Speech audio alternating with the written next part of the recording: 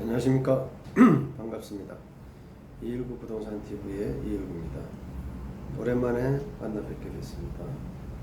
추석 쉬고 나서 여러 가지 바쁜 일들도 있고 또 처리해야 될 일들도 많이 있기 때문에 조금 유튜브 동영상 올리는 게 늦어지고 또 약간 좀 귀차니 점도 작용한 것 같습니다. 하지만 그렇다 하더라도 우리가 투자를 잘 하기 위해서나 성공하기 위해서나 돈을 잘 벌기 위해서 아니면 자신의 목적을 달성하기 위해서도 뭔가를 꾸준히 해낸다는 게 상당히 어려운 일인 것 같습니다. 그래도 여러분들이 실망하지 않고 계속해서 해나간다면 좋은 결과를 가져올 것으로 믿습니다. 저도 매일 요즘 생각하는 게 있는데요. 유튜브 동영상에서 부자 되는 방법 이런 걸 찾아보면 나는 굉장히 운이 좋다, 나는 억수로 운이 좋다, 이런 속삭임을 자신에게 계속 되뇌어 주는 겁니다. 그러면 어떤 결과가 생기냐면 자신의 부정적인 생각이 많이 줄어들고 긍정적인 생각으로 바뀌게 됩니다. 그러면 긍정적인 생각이 바뀐다 해서 당장에 뭐가 달라지느냐? 그렇지는 않겠죠. 당장에 뭐가 달라지는 것은 없다고 봅니다. 하지만 자신의 내면이 바뀌는 순간에 도전의식이 생기고 좋은 생각을 가짐으로 인해 가지고 뭔가 긍정적인 아이디어가 떠오르고 그 떠오른 아이디어를 또 실행한다면 여러분 앞에 놓여 있는 숙제나 과제 같은 것이 많이 해결되리라고 봅니다. 그래서 그런 방법을 통해 가지고 여러분들이 부자도 되고 원하는 걸 얻어가지 않을까 이렇게 생각을 해봅니다.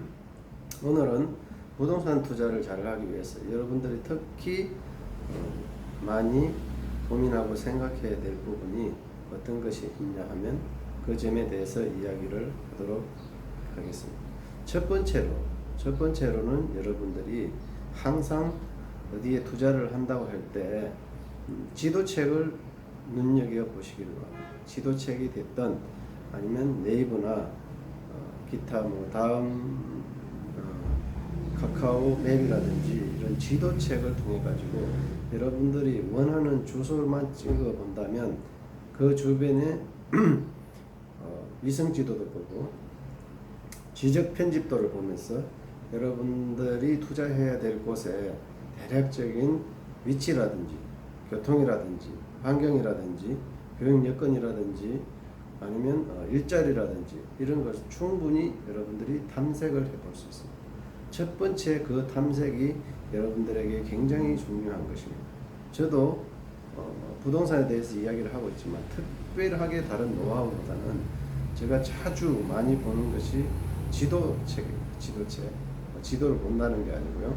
물론 이런 부동산에서 일할 때는 이런 지도가 될 수도 있겠죠. 이런 지도. 자, 이게 저희 부동산 압구정동에 있는 저희 부동산의 지도입니다. 지도를 축소해서 이렇게 복사를 해두고 그다음 코팅을 해서 이렇게 찾아보고 있습니다. 저도 항상 이 지도책을 가까이 두고 있는데요. 그 외에도 다양한 지도책이 있습니다.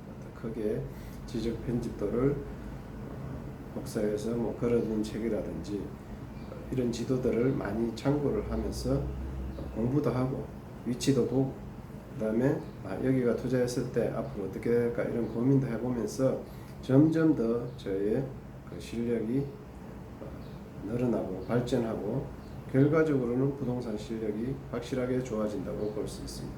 여러분도 그런 측면에서 지도를 항상 가까이 두고 누군가가 이 땅이 어때? 이 상가가 어때? 이 아파트 어때? 아니면 이 빌라가 어때? 이 오피스텔 어때? 하고 여러분들에게 질문을 던지면 여러분들이 해야 될 일은 지도책을 보는 것입니다. 지도책을 보면 모든 것이 한눈에 다 보이죠. 여러분들이 굳이 어떤 정보를 찾아낼 필요는 없습니다. 지도책 하나에 모든 것이 압축되어 있다고 봅니다. 거기서 특별히 주목해야 될 부분들은 이렇게 한 몇 가지로 볼 수 있는데요. 첫 번째는 도로입니다. 도로인데 거기서 고속도로, 그 다음에 국도 이런 큰 도로들이 지나가고 있고 거기에 접근성이 얼마나 되는가 한 5분 10분 안에 IC를 통해 가지고 고속도로를 통한다면 전국 어디나 아무데나 쉽게 갈 수 있겠구나.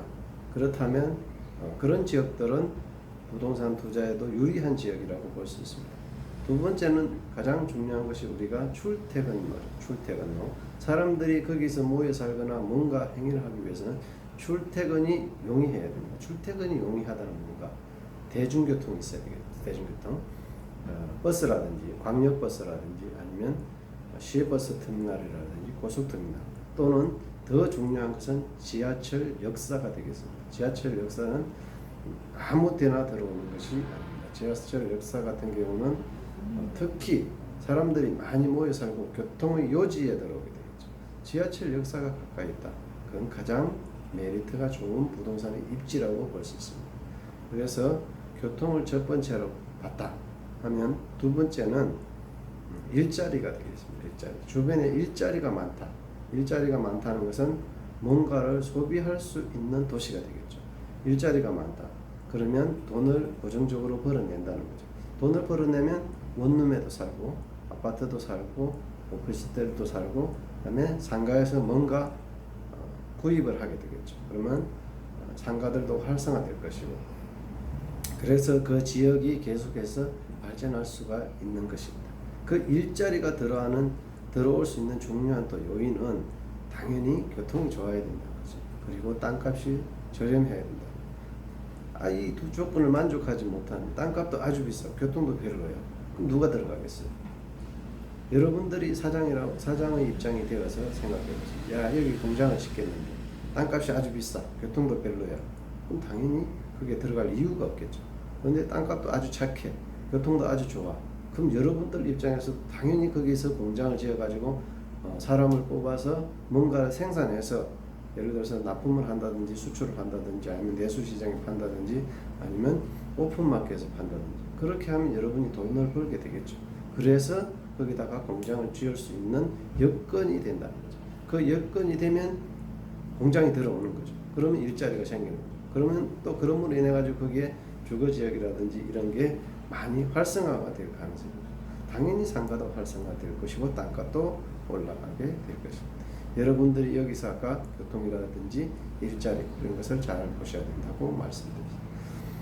그 다음에 세 번째 중요한 것이 학군입니다.